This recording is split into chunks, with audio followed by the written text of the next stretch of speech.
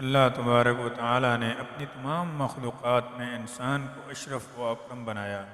اس کی فطرت میں نیکی اور بدی، بھلائی اور برائی، تابعداری اور سرکشی اور خوبی و خامی دونوں ہی قسم کی صلاحیتیں اور استعداد یکساں طور پر رکھتی ہیں۔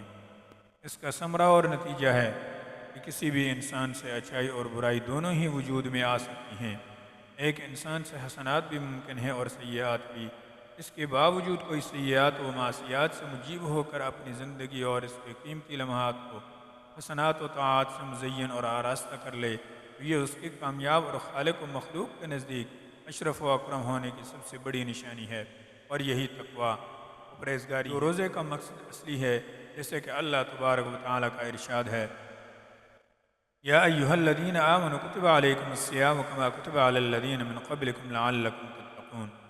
اے ایمان والو، فرض کیا گیا تم پر روزہ جیسے فرض کیا گیا تھا تم سے اگلی امتوں پر، تاکہ تم پرہیزگار ہو جاؤ۔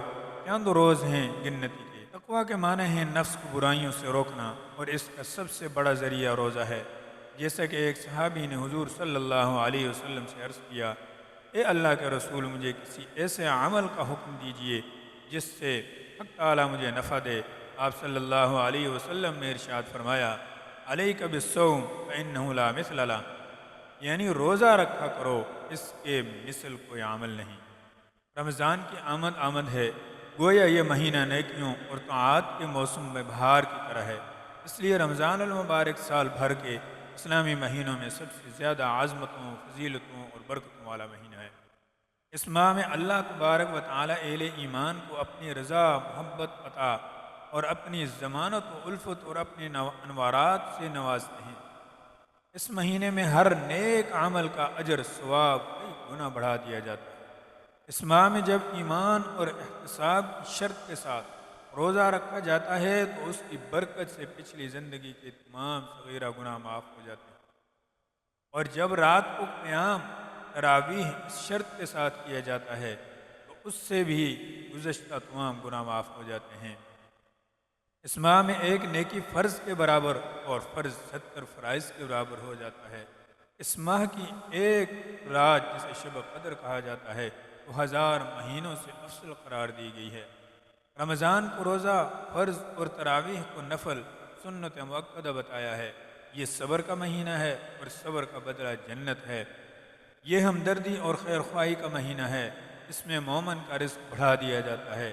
گناہوں کی بخشش اور جہنم سے آزادی کے پروانے کے علاوہ روزے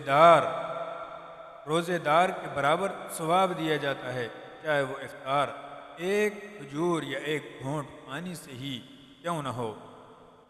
ہاں، اگر روزے دار کو پیٹ بھر کر کھلایا جائے اللہ تعالیٰ اس حوض کوثر سے ایسا پانی پلائیں گے جس کے بعد وہ جنت میں داخل ہونے کے تک پیاسا نہ ہوگا۔ اس ماہ کا عشرہ، پہلا عشرہ رحمت ہے، دوسرا مغفرت اور تیسرا جہنم سے آزادی کا۔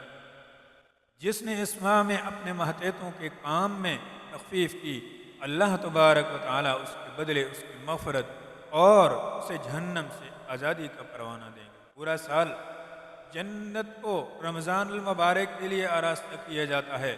عام قانون یہ ہے کہ ایک نیکی کا ثواب 10 سے لے کر 700 تک دیا جاتا ہے، مگر روزہ اس قانون سے مستثنیٰ ہے۔ اللہ تبارک و تعالیٰ کا ارشاد ہے: روزہ صرف میرے لیے ہے اور اس کا اجر میں خود دوں گا۔ روزے دار کو 2 خوشیاں ملتی ہیں، ایک افطار کے وقت اس کو روزہ مکمل ہو اور دعا قبول ہوئی اور اللہ تعالیٰ کی نعمتوں سے روزہ افطار کیا۔ دوسری خوشی جب اللہ تعالیٰ سے ملاقات ہوگی۔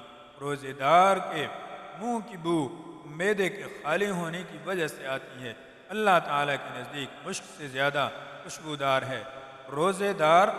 روزہ اور قرآن کریم دونوں بندے کی شفاعت کریں گے، اور بندے کے حق میں دونوں کی شفاعت قبول کی جائے گی۔